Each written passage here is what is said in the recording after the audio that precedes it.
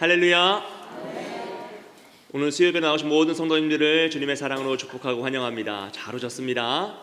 오늘은 요한복음 9장 1절에 3절 말씀을 통해 약함을 통한 영광이란 제목으로 함께 말씀의 은혜를 나누기 원합니다.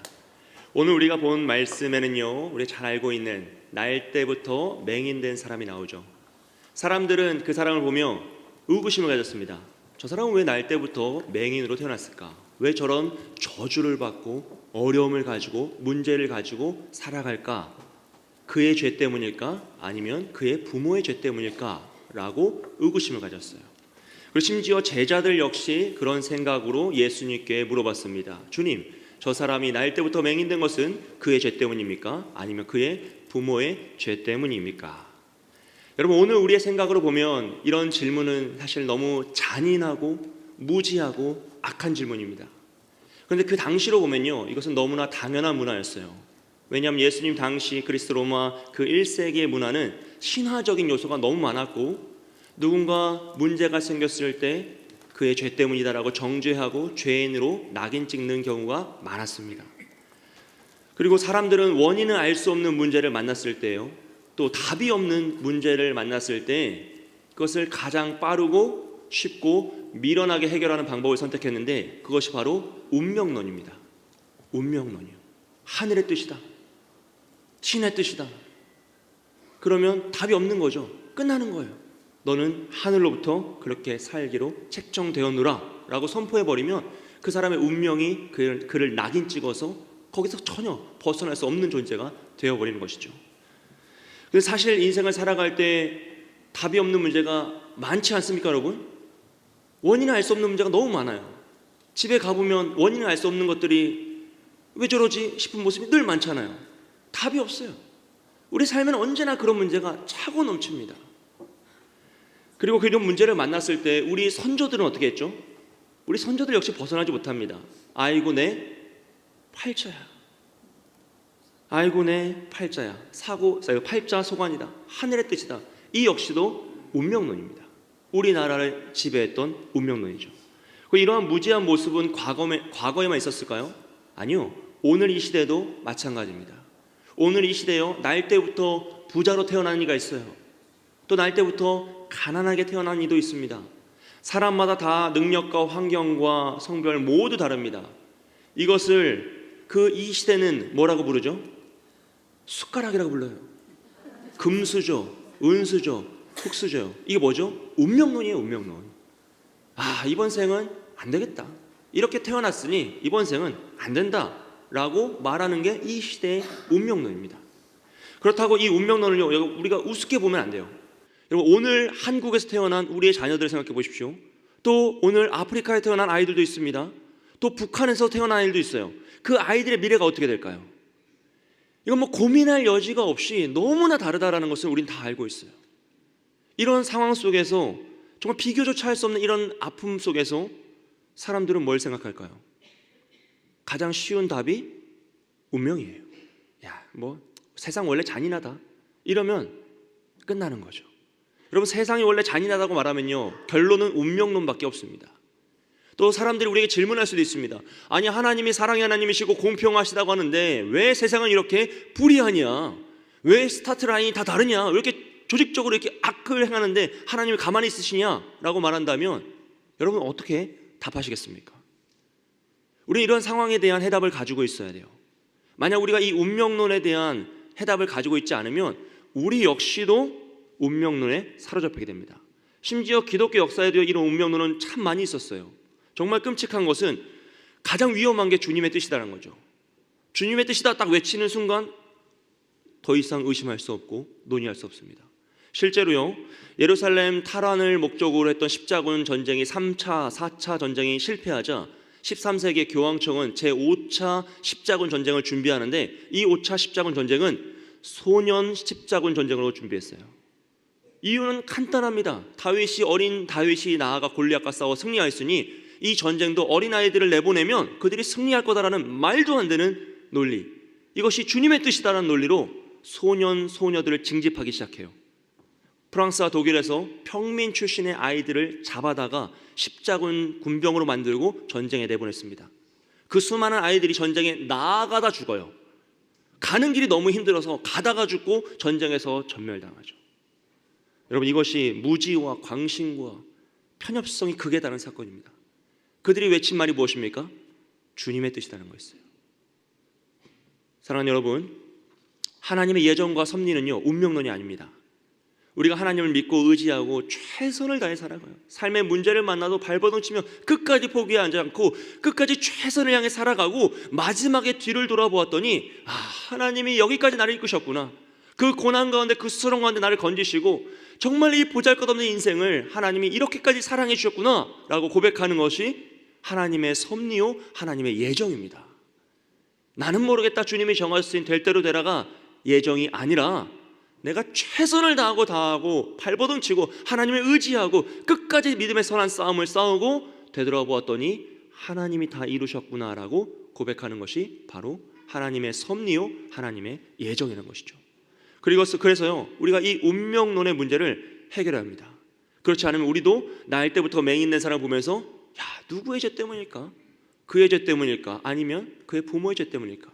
나일 때부터 부자로 태어난 사람, 나일 때부터 가난하게 태어난 사람, 나일 때부터 상황과 환경과 능력이 다 다른 사람을 보면서 운이 좋다, 부럽다, 이게 팔자구나, 운명이구나 하면서 살아갈 수 있다는 것이에요.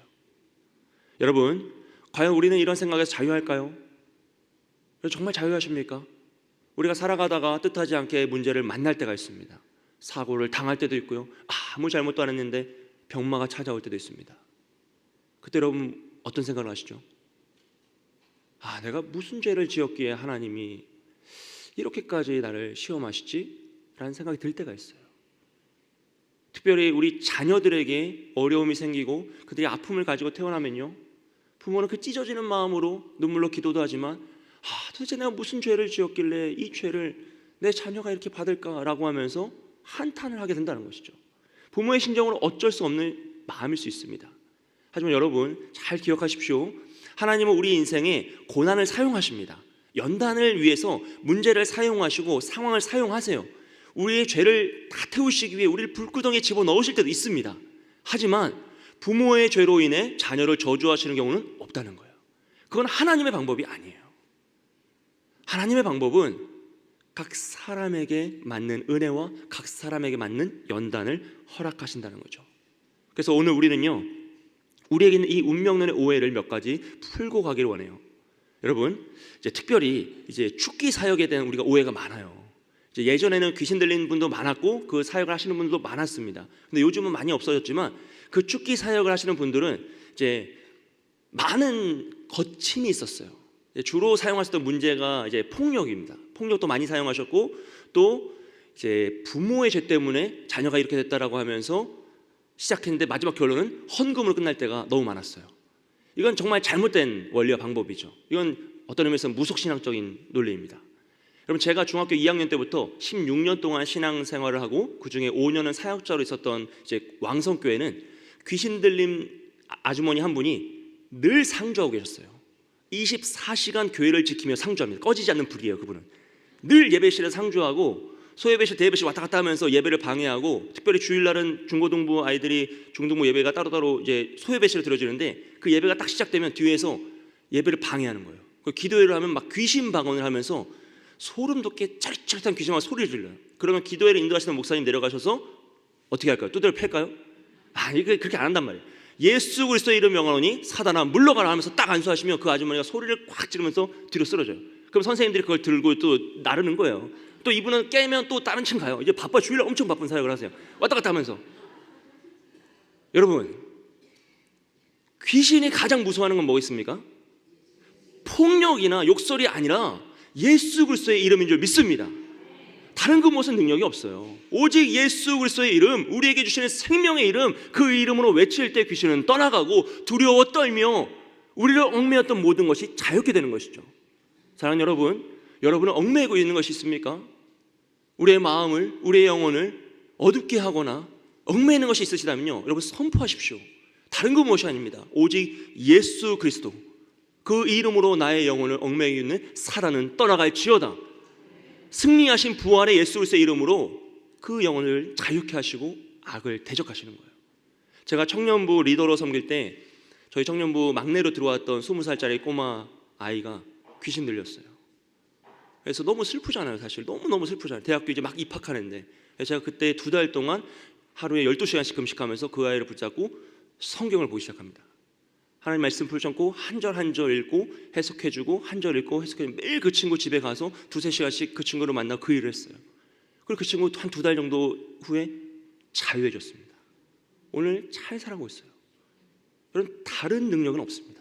오직 예수 그리스도 하나님의 말씀을 붙잡을 때 우리는 사단의 세력을 무찌를 수 있고 승리할 수 있는 줄 믿습니다. 그래서 뭘 하셔야 돼요? 암송을 하셔야 돼요. 하나님 이러시면 안 되잖아요. 하나님의 말씀 암송을 내 마음속에 집어넣어야죠. 그러면 사단이 내 마음을 틈탈 때 기록된 바 주의 말씀은 너는 나를 이길 수 없으니 나는 예수 그리스도를 의지하니 떠나가라. 기록된 하나님의 말씀으로 승리하시는 여러분 되시길 축복합니다. 둘째로 이제 가게에 흐르는 저주인데요. 여러분, 가게에 흐르는 저주는 이제 말이 무서워가지고 이게 좀 오해가 많아요. 감나무가 있으면 안 된다, 뭐 아니면 터 가져와서 잘 된다, 이런 게 아니에요. 여러분, 가게에 흐르는 저주는, 가게에 흐르는 저주는 조금만 생각해 보면 너무나 당연한 겁니다. 여러분, 집 안에서 죄악된 언어가 계속되고 죄악이 반복될 때 그 자녀들은 그 죄를 답습하여 배우고 행할 확률이 매우 높죠. 그럼 부모가 죄를 지으며 살아가며 자녀들은 그 죄를 짓고 동일하게 살아갈 것은 이미 과학으로 다 밝혀졌어요. 음주, 흡연, 가정폭력은 일반인의 3배입니다. 그러므로 오늘 우리 가정에 죄악이 계속되어 반복된다면 그 죄악은 자녀들의 삶에 영향을 끼쳐 효과를 발휘할 것이고 그들도 그 죄악에 사로잡혀 살아갈 것이에요. 이것이 가계의 저주죠. 여러분, 가계의 저주는요, 과학이에요. 과학.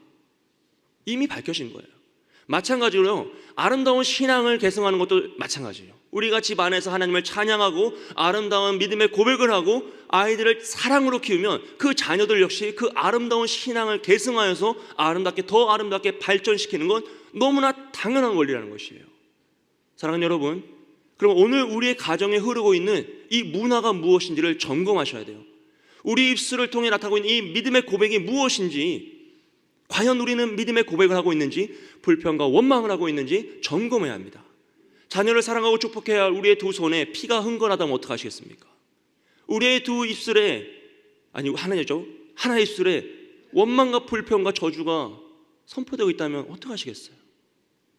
사랑하는 여러분, 점검하십시오.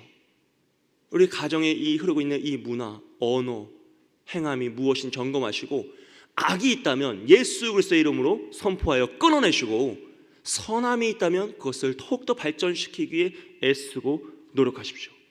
그럴 때 우리 가게에 흐르는 저주는 끊어내고 가게에 축복이 흐를 줄 믿습니다. 세 번째로, 이제 가장 무서운 건데요, 오늘 이 시대 가장 무서운 운명론은요, 세속화입니다. 세속화. 여러분, 오늘날 신앙의 세속화 현상은 너무나 강력해요. 이거 뭐 우리가 걷잡을 수 없을 만큼 우리 역시도 그에게 흘러갈 때가 너무나 많습니다. 예전엔 삶에 문제가 생기면 어떻게 했죠? 간절히 기도했어요. 금식하고요, 부르짖어 기도하고 철야하고 하나님께 매달려서 이 문제를 주님 해결해 달라고 막 울부짖으면서 내 생명을 불태우며 기도했단 말이에요. 근데 오늘은 어떻습니까? 시대도 너무 변했고 우리도 너무 변했어요. 아프면 교회만 오는 것이 아니라 병원만 가요. 병원만 가요. 의사의 말을 하나님 말처럼 믿어요. 문제가 생기면 내 힘으로, 내 방법으로, 내 돈으로 내가 알고 있는 모든 것을 다 해보고 안 되면 그때서야 하나님을 찾을까 말까 고민하는 거죠. 사랑하는 여러분, 저도 예전에는 금식을 진짜 많이 했거든요. 제 몸에 60kg였던 적이 있어요. 그때는 금식을 거의 매일 했어요. 그러니까 살이 찔 틈이 없었던 거죠. 근데 고난주간 특별 새벽기도에 하루 한 끼 금식하는데 너무 힘든 거예요. 막 손이 떨리는 거예요. 고난주간 일주일에서 다행이지 2주일이었으면 큰일 날 뻔했어요. 어느덧 제 몸에 살이 쪘어요. 근데 제 영혼에도 살이 쪄버린 거예요. 이것이 저만의 문제일까요? 여러분, 우리의 영적 갈급함, 간절함을 회복해야 합니다. 그것이 없으면요, 우리는 하나님보다 다른 그 무엇을 의지할 수밖에 없어요. 내 영혼이 갈급하여서 애통하는 심정으로 하나님을 찾고 의지하고 기도할 수 있어야지만 우리 모든 순간 하나님께 집중하며 하나님 말씀을 최우선으로 여기거든요. 근데 어느덧 우리가 그 간절함을, 그 갈급함을 잃어버리진 않았나 생각해 봐야 돼요. 여러분, 특별히 고난주간을 통하여서 다니엘 금식기도 함께하면서 좋은 계기가 시작되었습니다. 여러분, 부활절이 짠 시작되고 고난주간이 끝났다라고 해서 끝내지 마시고 그 좋은 신앙의 계기를 계속적으로 이어가시고 여러분 몸에 습득할 때까지 계속적으로 노력하셔서 정말 이 세속화를 막는 좋은 하나님의 방법을 습득하시길 주님의 이름으로 축복드립니다. 여러분, 오늘 우리가 이 정도인데 예수님 시대에는 어땠을까요? 그 당시는 나라와 나라와의 전쟁을 자신들이 섬기는 신들의 전장이라고 했어요. 그래서 우리가 이기면 야, 우리의 신이 그들의 신보다 강하다라고 생각했던 겁니다. 무엇인가 문제가 생기면요, 그 사람의 죄나 그 가족의 죄로 낙인 찍어서 그 가정을 죄인의 가정이라 하며 공동체에 소속되지 못하게 했던 것이 그 시대의 문화입니다. 모든 사람이 운명론에 사로잡혀 죄의 사슬에 매여 있고 죄의 노예가 되어 그 아래에 사로잡혀 있던 어둠의 시대이죠. 그 어둠의 시대에 생명의 빛으로 나타나신 분이 바로 우리 주님 예수 그리스도입니다. 그리고 오늘 이 시대, 이 어둠의 시대에 가장 필요한 분 역시 예수 그리스도, 생명의 빛이신 우리의 주님인 줄 믿습니다. 그런 어둠의 시대요, 제자들은 이렇게 질문해요. 예수님, 날 때부터 맹인된 이 사람이 그의 죄 때문입니까? 아니면 그의 부모의 죄 때문입니까? 그 질문에 예수님 뭐라고 답하십니까? 우리 3절 말씀 함께 읽겠습니다. 시작. 예수께서 대답하시되 이 사람이나 그 부모의 죄로 인함이 아니라 그에게서 하나님이 하시는 일을 나타내고자 하심이라. 아멘. 그가 맹인으로 태어난 것을, 그가 문제를 가지고 태어난 것을, 그가 어려움을 당한 것을 사람들은 그의 죄 때문이다, 아니다 그의 부모의 죄 때문이다 하면서 논쟁을 합니다. 그 사람을 배려하거나 걱정하는 건 하나도 없어요. 그냥 논쟁을 하는 거예요. 심지어 제자들도 그 논쟁의 답이 무엇인지 궁금해서 예수님께 주님, 누구의 죄 때문입니까? 라고 질문하고 있어요. 그런데 하나님은 그의 죄나 부모의 죄가 아니라 그에게서 하나님의 하시는 일을 나타내고자 하심이다 라고 말씀하죠. 여러분, 여기서 나오는 이 맹인된 사람, 그는요 우리 모두를 의미합니다. 우리 모두가 오늘날 가지고 있는 모든 문제들, 어려움, 내가 뜻하지 않게 당하였던 그 모든 고난을 의미하죠. 그리고 여기서 하나님의 하시는 일은요, 하나님의 계획과 성취입니다. 즉 하나님의 영광이죠. 하나님의 뜻이 성취되는 역사, 하나님의 영광을 의미해요. 그리고 그것이 나타내고자 한다라는 것은 증인, 증거, 그 성취의 통로로 사용하시겠노라 라는 말씀이에요. 즉 날 때부터 맹인된 사람은 세상의 눈으로 보면 죄 때문인데, 그의 죄는, 그의 부모의 죄는 어쨌든 죄 때문에 저주받아 태어난 건데, 하나님은 그렇게 말씀하시지 않고 하나님의 영광을 나타내는 축복의 통로로 사용하시고자 그가 잠시 어려움을 가지고 태어났노라 라고 말씀하시는 거죠. 사랑하는 여러분, 우리의 약함이 하나님의 영광을 드러내는 통로가 될 줄 믿습니다. 우리의 약함은요, 우리의 슬픔과 고통과 문제는요 죄의 문제가 아니에요. 연약함의 문제가 아니에요. 그것은 하나님께 정죄받는 문제가 아니에요. 저주받은 것이 아닙니다. 하나님이 잠시 우리에게 약함을 허락하세요. 잠시 문제를 허락하세요. 뜻하지 않게 피할 길이 없는 것처럼 보이는 어려움과 고난을 허락하실 때도 있습니다. 그런데 하나님이 더 원하시는 것은 그 고난과 어려움을 통해 하나님의 하시는 일, 하나님의 영광을 드러내고자 하신다라는 거예요. 그럼 우리가 무엇을 해야겠습니까? 그 모든 순간 나의 연약함은 죄인가? 하나님이 나를 버리셨나? 왜 나에게 이런 문제가 생기지라고 한탄하는 것이 아니라 그 모든 고난과 어려움의 순간 주의 이름을 부르며 주님을 더욱더 의지하며 오직 주님께만 매달리며 나아가는 것인 줄 믿습니다. 여러분, 우리 중에 수많은 문제가 있어요. 특별히 자녀들이 어려움을 겪는 것도 많습니다. 어릴 때도 마찬가지고 커도 마찬가지고 장성화에도 마찬가지예요. 자녀가 어려움을 겪을 때마다 우리는 너무 속이 상하고 부모된 마음으로 어찌할 바를 모르며 눈물로 기도할 수밖에 없죠. 여러분, 그렇지만 여러분, 그 순간에 절대로 작아지지 마십시오. 여러분의 죄로 인함이 아닙니다. 여러분, 그걸 끝까지 포기하지 마십시오. 하나님은 그 일을 통해 하나님의 뜻을 성취하실 것입니다. 그 하나님을 신뢰하심으로 그 어려움과 아픔을 만났을 때요, 가장 먼저 우리가 해야 될 건 하나님께 기도하는 것이에요. 첫째로는 하나님, 이 문제를 해결하여 주옵소서. 이 고통을 해방시켜 주옵소서. 이 약함을 치유하여 주옵소서라고 하나님의 치유와 회복의 역사를 위해서 간절히 기도하는 겁니다. 그래서 하나님 것을 치유해 주시면 하나님께 영광을 올려드리며 감사와 찬양을 드리는 것이죠. 만약 하나님이 그것을 치유해 주지 않으시더라도요, 여러분 믿음이 작아지시면 안 돼요. 간절히 기도했는데 하나님이 나에게 분명 확신을 주셨어. 너무너무 매달리고 말씀 붙잡고 기도했는데 때로는 뜻하지 않게 병마가 떠나가지 않을 때도 있습니다. 우리를 얽매이는 아픔이 떠나가지 않을 때도 있어요. 그때도 여러분 포기하시면 안 돼요. 작아지지 마시고 끝까지 하나님을 붙잡으세요. 나의 죄 때문인가? 이게 내가 타고난 팔자인가? 운명인가? 착각하지 마십시오. 세상에 속임수 속지 마세요. 문제가 해결되지 않더라도 믿음을 떠나지 않습니다. 예수님 시대의 모든 사람이 다 치유받았던 게 아니에요. 바울과 베드로가 모든 사람을 다 치유했던 게 아닙니다. 심지어 바울은 자신의 육체의 연약함을 가지고 끝까지 사역을 감당합니다. 왜요? 그 연약함이 그의 믿음을 깎아내는 것이 아니라 오히려 더 견고하게 있기 때문이죠. 내 은혜가 내게 족하노라. 끝까지 주를 붙잡고 그 약함 가운데 나아갔던 겁니다. 여러분, 살다 보면 어려움이 파도처럼 밀려올 때도 있고 함정에 빠져 슬플 때도 많습니다. 심지어 사람들이 다 외면하고 내 주변에 아무도 없을 때도 있어요. 다 떠나가 버릴 때는 거죠. 오직 문제와 나만 남은 것처럼 너무나 큰 곤고함에 어두운 가운데 사로잡힐 때가 있습니다. 근데 여러분, 그때 하나님이 나를 찾아오시면요, 내 주변에 아무도 없었기 때문에 오히려 하나님 말씀에 집중하고 귀 기울일 수 있는 축복의 순간이 되는 겁니다. 내 주변에 사람들이 있었다면 내가 사람들 말에 의지하느라 하나님을 놓쳐버릴 수도 있어요. 그 세미한 음성을 듣지 못할 수도 있습니다. 근데 아무도 없는 그 순간, 너무나 절망스러운 그 순간에 아무도 없었기 때문에 너무나 외롭고 너무나 슬프고 너무나 눅눅하고 축축한 그 고난 가운데 나 혼자 있었기 때문에 하나님의 음성을 더 귀 기울이고 그 세미한 음성 가운데 내가 생명을 회복하는 역사가 일어날 수 있다는 것이죠. 그럼 그 순간이 내 인생 가장 축복된, 가장 생명의 빛이 활활 타오르는 순간이 된 줄 믿습니다. 사랑하는 여러분, 나의 강함이 하나님의 은혜를 나타내는 자랑이 될 수 있어요. 하지만 나의 약함 역시 하나님의 영광을 드러내는 축복의 통로가 될 수 있는 줄 믿습니다. 왜냐하면 하나님은 약한 자를 들어 강한 자를 부끄럽게 하시는 역설의 하나님이시기 때문이에요. 그래서 그 증거가 오늘 우리 시온 찬양대예요. 시온 찬양대.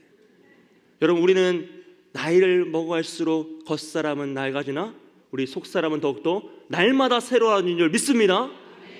사실 별로 그렇게 약하지도 않으세요. 엄청 강하세요. 부럽습니다. 여러분, 이런 거죠. 우리가 나이를 먹을수록 당연히 약해져요. 하지만 우리 속사람은 날마다 새로워집니다. 그러니 어떻게 합니까? 내 약함을 붙잡고 하나님께 더 간절히 매달리는 겁니다. 더 간절히 매달리는 거예요. 그러면 하나님이 나의 역사를 탁 뒤집어서 치유와 회복의 능력으로 함께 하시면 너무나 감사하고, 그것이 안 될지라도 나는 여전히 하나님을 붙잡고 나아감으로써 하나님의 축복의 통로로 사용될 수 있다는 것이에요. 그것마저 안 되면 하나님이 연약함 당하고 슬픔 당한 나를 통해 주변 사람들을 위로하시고 감동시켜서 돕는 손길을 붙이심으로 하나님의 영광을 나타내신다는 겁니다. 심지어 그곳조차 없어도 아무도 없고 너무나 외롭게 나 혼자 쓸쓸히 있는 순간에도 내가 혼자 있었기에 하나님의 음성을 더 긴밀하게, 더 간절하게 사로잡고 하나님을 더 긴밀하게, 더 애통하며 하나님을 만나는 역사로 인하여서 우리의 인생 가운데 하나님의 영광이 드러나게 하실 줄 믿습니다. 그러니 어떻게 합니까? 끝까지 오직 주님만을 붙잡고 나아가는 겁니다. 여러분, 다른 마음 품지 마십시오. 오직 예수 그리스도입니다.